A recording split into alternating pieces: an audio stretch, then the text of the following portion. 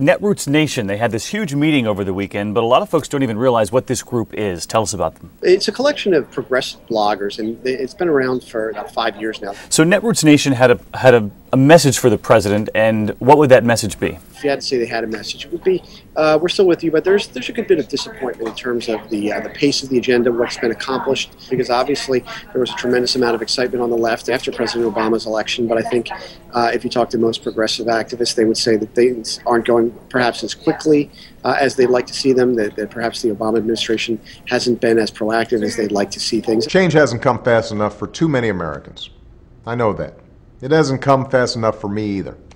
And I know it hasn't come fast enough for many of you who fought so hard during the election. I know there was a video from the president himself, and the Obama administration would go down their talking points: healthcare reform, Wall Street reform, the stimulus, incentives for clean energy, and they would say we are making progress, stick with us. So how does that argument play among the most progressive in the party? You hear folks from the administration get very frustrated with the online activists or the progressive left, and they get frustrated because they believe that sometimes the progressive activists or online activists aren't as realistic about the realities of governance in Washington, D.C. and what can be what you can realistically be expected to accomplish. And I think the administration, in some ways, has been frustrated because they've had considerable accomplishments in a very short amount of time, and they feel like they haven't really been recognized for that. And I think one of the messages that you saw from the president's video was the idea that, hey, we've actually accomplished a lot, and not only that, there's more to come.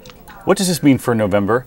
Well, I think what it means for November is that progressives are still on board. I mean, there's no rift or anything like that. There's just frustration. But I think it's critical for the Democratic majority that the Democratic base comes out to vote in November and that they're enthusiastic about doing that. And that's why, for example, the president taped the video for Netroots Nation. It's why Nancy Pelosi was there. It's why Harry Reid was there. It's why a number of the different top officials at the party committees were there, because they understand that a big problem that the party has right now is that there's a lack of enthusiasm, and they have to get out in November to vote if they want to be able to avoid this epic loss. Charles, can't let you go without touching on the headline of the last couple of days, the leaks over the war in Afghanistan, driven largely by the internet. What does this say about the power of the internet? The first thing I thought of when I saw that news story was how interesting it was that the president would have to deal with a situation like this. It's the kind of struggle that Presidents Ford or Nixon or Ronald Reagan, even Bill Clinton, never would have had to deal with. This is really a first, where a president had to confront a situation where 90,000 documents had been released online. It just shows the power of the internet and how it's really